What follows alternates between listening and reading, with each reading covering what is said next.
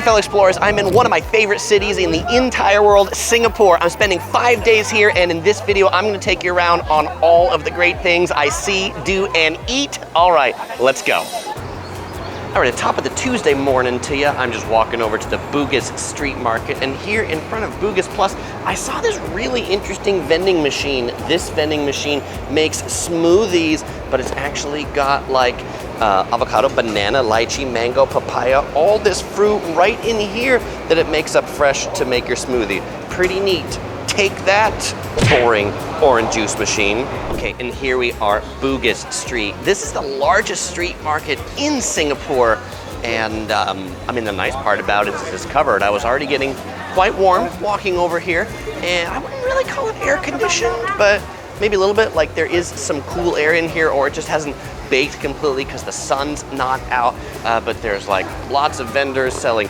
souvenirs. The sign they use is novelties, fun things. What are you gonna do with it? Glow in the dark Merlions, Merlion chocolate, Merlion keychain, everything you could want shaped like a Merlion, you will find here. Also, they had, there's food vendors here, some interesting waffles I saw, and durian.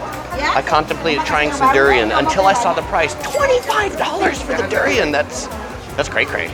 All right, so after exploring the Bugis Street Market, I was hungry, and there's a Albert Food Center right across the street. So I came into this hawker center, found a place that had some food I liked. There was a stall that has fried hokkien mee, prawn mee, which has, you get like basically your choice of size, $5, $6, $8, or $10. More noodles, more seafood. Mine has 3 shrimps on it. I got the $6 one. They put it in like a tray with some wax paper on it, and then the noodles inside. That's how you get it. And as she was serving it to me, she told me that her chili sauce is very spicy, so that I should not mix the chili sauce in first, that I should try it. Let's go ahead and see how spicy the spicy chili sauce is. She was right. That is super spicy. I mean, I wouldn't call it death, but she wasn't kidding. That's pretty good. Warm, and to wash it down, lime juice, of course, $1.80. So after lunch, I walked about 15 minutes over here to Kampong Glam to check out the Sultan Mosque that we're gonna look at in just a moment. I'm walking up the street to it right now, and on this street used to be called Sultan Street. It's now called Bussorah Street after a place in Iraq, but there's a ton of like Turkish restaurants, kind of like Middle Eastern vibe to it. But the Sultan Mosque that I'm gonna turn around to show you right here was actually home to the Sultan from Malaysia, Johor, town just to the north of Singapore. And this is a really important area for the Muslim community in Singapore. They've got like a street fair that's going on today.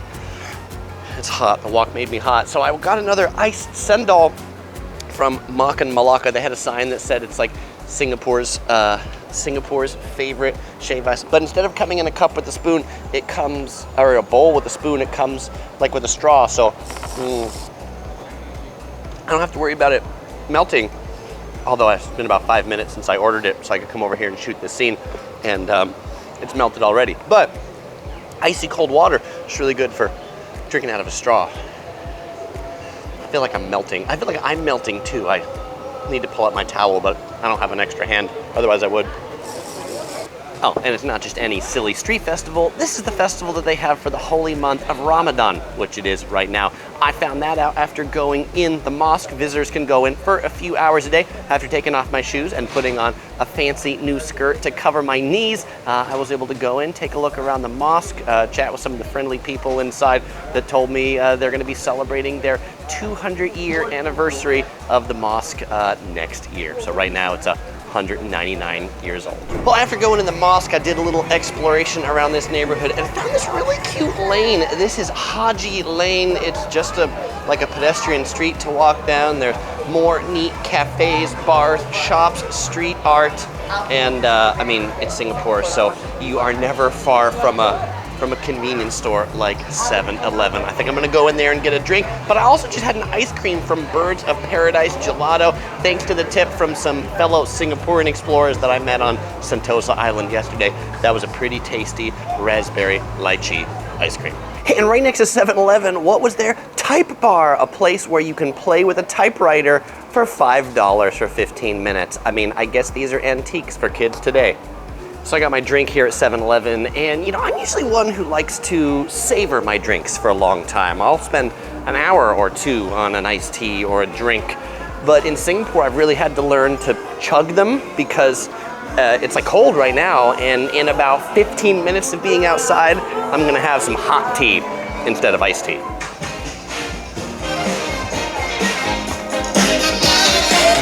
Apparently Haji Lane is where the characters come out, including this guy. All right, well now that my tea is done, means it's been 5 minutes, and where am I going 5 minutes later? I am on my way to Little India to go check out the hawker center at Little India, hoping to get some good roti over there. But it seems like everything's 15 minutes away in this vlog. Like, Chris, how come everything you walk is 15 minutes away? 15 minutes is about as long as I can take walking out in the sun in Singapore, and 15 minutes is kind of also the like diminishing returns on taking the MRT at that point. Also, a lot of construction going on in Singapore. Seems like everywhere I go, there's jackhammers, but I guess that's progress for you. All right, so I'm almost at the Tekka Centre, and I came across this little park here in Little India. I mean, it's not real grass, it's AstroTurf, but there were these like cows in here. Cows are sacred in India, and so I think this is like the sacred park. It's also the place where the locals have afternoon nap time, something I see a lot in Singapore around 2, 3 in the afternoon. Just tons of people flailed out and taking a nap because it's so hot. Or you know, the other thing I need to get used to as a California boy here is slowing my walk down. I walk so fast, and it's really hard to walk that fast here, especially on your feet. So I really gotta walk slower. Yeah, walking around Little India reminds me of Chinatowns in the US, where the store is not just the store, but the store is the sidewalk, which this is the store, this is the sidewalk, and in this case, the store is the sidewalk. Many of these stores are open 24 hours, and so that's how they can just have everything on the sidewalk. They never close, they never have to put it in. I mean, some of them have to put it in, like maybe this store has a little cart here, like they'll put that little cart in, but those big things, the coolers and things like that, they don't go anywhere. All right, I made it to the Tekka Centre. I did my lap around to figure out what looks tasty. It's like 4 o'clock, so it's not really dinner time yet. There were some tasty looking biryani spots, but I decided to get myself some prata. Prata is Indian flatbread. The best places make it fresh when you order it, just as they did at this stall. $2.50 right here for my honey prata. So this is the flatbread, kind of like a dessert. You know, one can never have too many desserts in a day, and I only have one hand because I'm holding it, so.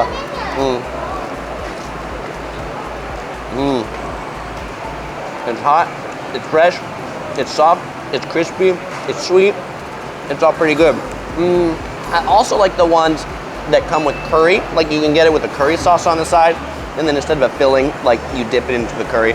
That's pretty good. And then from the drink stall next door, they had a picture that said this former Singaporean like prime minister or president had drank there. So I'm like, well, that can't be wrong. So I got the honey, ginger, lemon, which they are supposed to specialize in.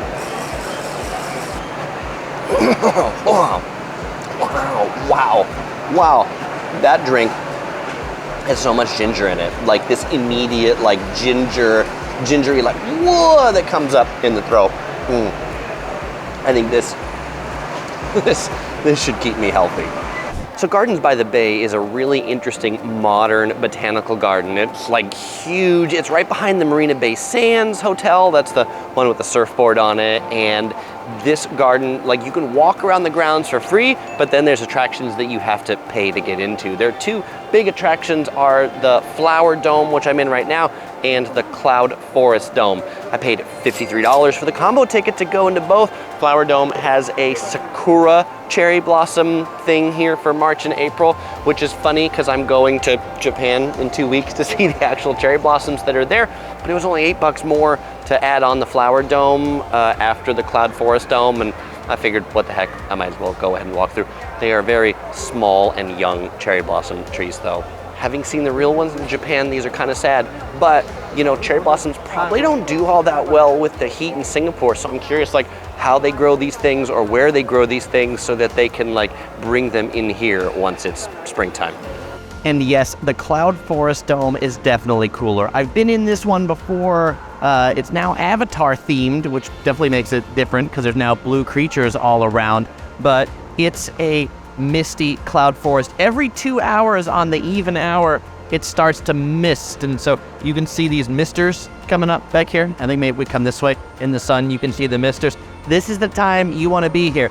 10, 12, 2, 4, 6, 8. Who do we appreciate? Because the mist really gives it a amazing vibe to it. Oh, and so for me, I wouldn't go into the Flower Dome by itself. I mean, that was like a 15-minute walkthrough. I could easily spend like an hour in this Cloud Forest Dome, so this one's worth it, and it's even worth it to come back in again. Oh, and having been in this dome twice now, I would say if you can time it, try to come here at night because the mist is like even more spectacular in the nighttime. The dome closes at 9, last admission is at 8, so I'd try to get in here about 7:30 as the sun is going down, or even 7:15, just not to chance it. All right, I probably spent about 45 minutes in the Cloud Forest Dome. There's a dragon avatar there, and like when you come here, whether it's Avatar themed or not, like the dome is just cool without these things. So if you see in a year or 2 or a month, it's no longer the Avatar experience. It's not about the Avatar experience. It's about the Cloud Forest in a dome. After all that walking in the flower domes, it was time to have dinner. And the Gardens by the Bay has a new food court. It's called the Jurassic Nest Food Hall. And all of the eateries in here are like Michelin starred or Bib Gourmand eateries. And so I was able to find a branch of Hawker Chan, which was the first stall in Singapore to get a Hawker star. And they specialize in their soy sauce chicken rice that also comes with these like beans on the side. I got the additional pork and a like wonton soup, 20 Singaporean dollars. This is my most expensive hawker or food court meal thus far, owing to the premium Gardens by the Bay touristy trap location and very good air conditioning in here. So here, let's dip this in the chili sambal sauce and give it a go. Bones.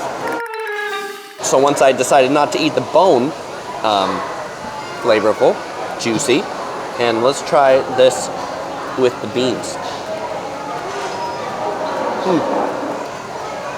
Interesting, quite flavorful, like sweet and salty, and a little bit spicy, though that might be a lingering spice from my chili sambal. Good, better than Tian Tian chicken rice. I mean, I don't know. For the price, Tian Tian chicken rice can't be beat. All right, after dinner, it's time to walk back to the hotel. That's what I seem to do every day, but not before I walk through the Marina Bay Sands shopping center because I'm gonna go check out the nighttime show that starts at 8 p.m. in just about 15 minutes. But this is like a modern version of maybe the Venetian in Las Vegas. Actually, turns out same company, Sands Corporation, that built the Venetian in Vegas, built this place. And yes, that's a gondola. Except they don't call it a gondola here, they call it a sampan that they take through the canals below.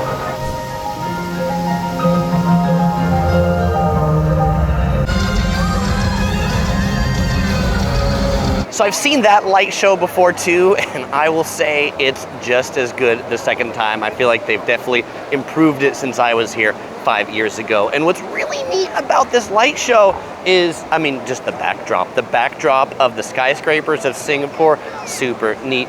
Better than the Jewel show. You know, the Jewel show, I waited around for that and it was like 2 minutes long in the waterfall. This was 15 minutes long, so well worth the price of admission, which turns out to be free. So yeah, you can't beat that.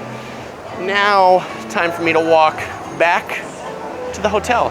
And you know how long that walk is gonna be? 26 minutes. If I could swim across the bay, it'd be 15, but I gotta walk. And this is actually a really neat walk around Marina Bay. It's popular for people to run, it's popular for people to bike, and so like an evening walk around Marina Bay is a spectacle in and of itself. It might take me longer than 25 minutes since I'm nursing these blisters on my feet. Every day I seem to collect another one. So tomorrow I think I need to take it a little easy so that I can still walk for the remaining 2 weeks of Chris's great Asia adventure here. Oh, and definitely one of the coolest parts of the walk is crossing over the Helix Bridge.